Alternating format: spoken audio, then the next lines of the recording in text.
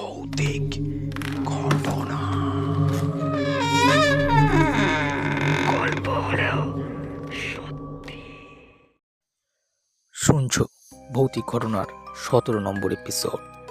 এই 17 নম্বর এপিসোডে আজকে যে ঘটনাটি আমি তোমাদের শোনাবো, ঘটনাটি পাঠিয়েছে অখিলেশ চক্রবর্তী মেদিনীপুর থেকে।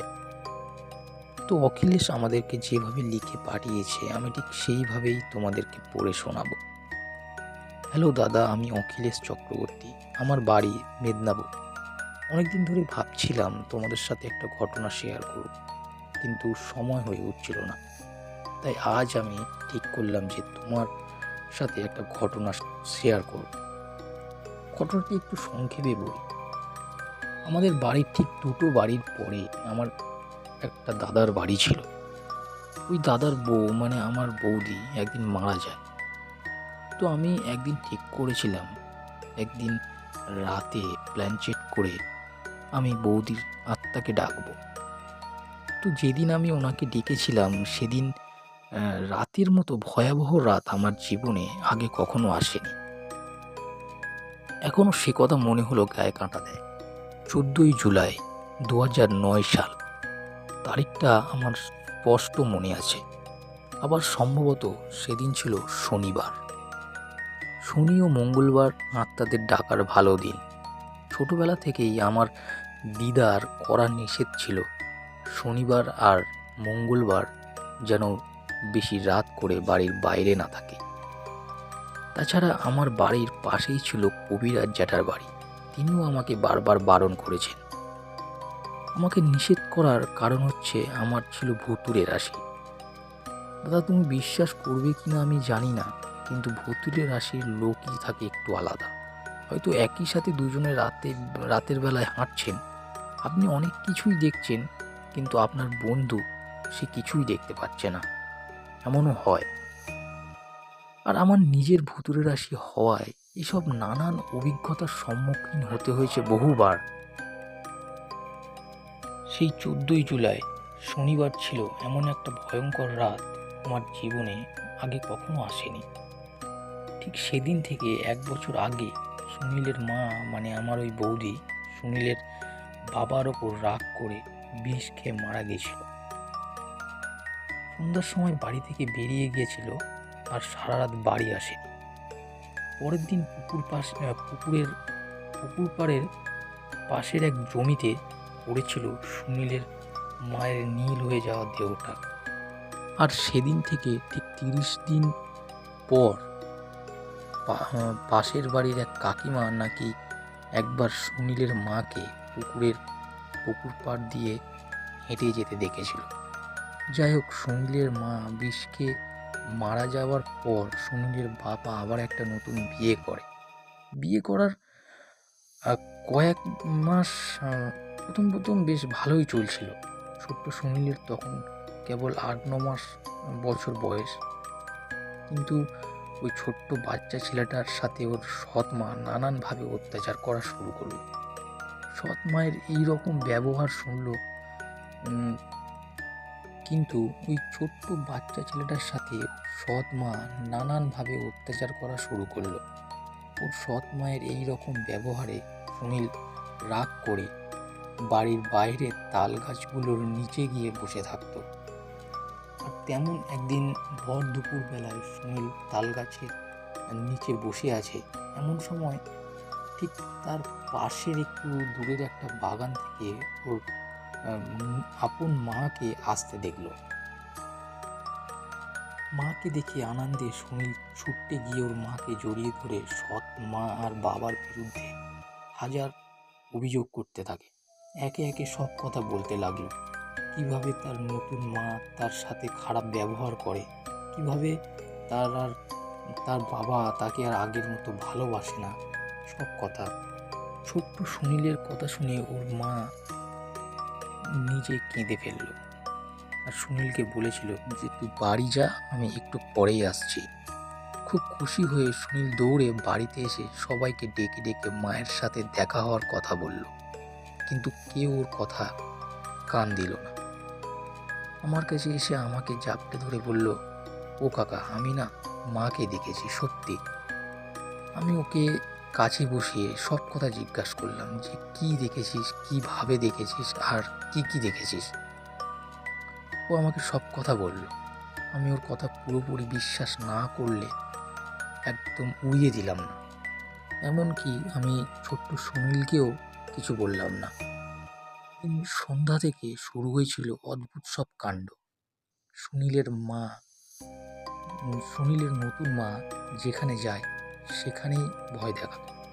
তারপর থেকে ওর সৎ মা একা একা কলপাড়েও যেত না। ভয়ে ভয়ে ওই মহিলাটা বাপের বাড়ি চলে যায় কয়েকদিনের জন্য। আর সেই কয়েকদিন তারা আর কেউ কিছু দেখলো না। সুনীলের সৎ মা কবিরাজের কাছ থেকে মাদুলি, জল পড়া এইসব নিয়ে কয়েকদিন পর আবার ওই বাড়িতে ফিরে এলো। সুনীলের সৎ মা বাড়িতে আসার প্রায় মাসখানেক আর কিছুই দেখলো না। কিন্তু 1 মাস পর থেকে শুরু হলো নতুন উপদ্রব। রাত বিরাতে হঠাৎ করে ঘরের বাহিরে কারোর হেঁটে চলার শব্দ শুনতে পেত। আবার কখনো খুব কাছ থেকে কেউ যেন ফিস ফিস করে কিছু বলছে এমনও শোনা যেত। মনে হতো ওই জানলার ওপাশ থেকে দাঁড়িয়ে দুজন লোক নিজেদের মধ্যে কথা বলছে। কিছু 1 বছর ধরে চলত। একদিন বিকেলে সুনীল এলো আমার কাছে, এসে বলল, ও কাকা, মা তো আর আসলো না। আমি ওকে কোনো উত্তর দিতে পারলাম না। সুনীল চলে যেতেই আমার একটা চিন্তা মাথায় এলো। সুনীলের মা কি চায়, কেন এমন করছে? আমি জানতাম এর উত্তর একমাত্র সুনীলের মাই দিতে পারবে। প্ল্যান চিট করবো বলে ভাবছিলাম। এর আগে একটা কথা বলে রাখি, আমি যখন এসএসসিতে পড়তাম তখন আমার এক বন্ধু সুজন কবিরাজি শিখত। ও আমাকে কয়েকটা বই দিয়েছিল, আর সেই বই অনুযায়ী আমি কিছু জিনিস নিয়ে এসেছিলাম। শ্মশান থেকে হার, পয়সা এসব সংগ্রহ করেছিলাম, কিন্তু তা ব্যবহার করার সাহস কখনো হয়ে ওঠেনি। কিন্তু প্ল্যান চেট করতে গেলে আরও দুজনকে দরকার। অনেক ভেবে চিন্তে আমার ছোট্টবেলার বন্ধু রবি আর সুকান্তকে সব কিছু খুলে বললাম। ওরা রাজি হয়ে গেল। তারপর কিছু প্রয়োজনীয় জিনিস যেমন আতপ চাল, আগরবাতি, শ্মশানের পয়সা, মরা মানুষের বিছানার চাদর আর সুনীলের মায়ের কাপড়ের টুকরো, এই সব কিছু গোপনে সংগ্রহ করলাম। তারপর এলো সেই রাত, 14ই জুলাই 2009 শনিবার। আমরা কজন রাত 12টা নাগাদ সুকান্তর ঘরে বসলাম। সেদিন সুকান্তর বাড়িতে কেউ ছিল না। আমরা সবাই পরিষ্কার পরিচ্ছন্ন হয়ে মাটিতে প্ল্যানচেটে ছং আঁকলাম। তারপর বই দেখে যা যা করতে হবে সব করলাম। রাত 1টা নাগাদ 3 জন মুখোমুখি বসে আছি।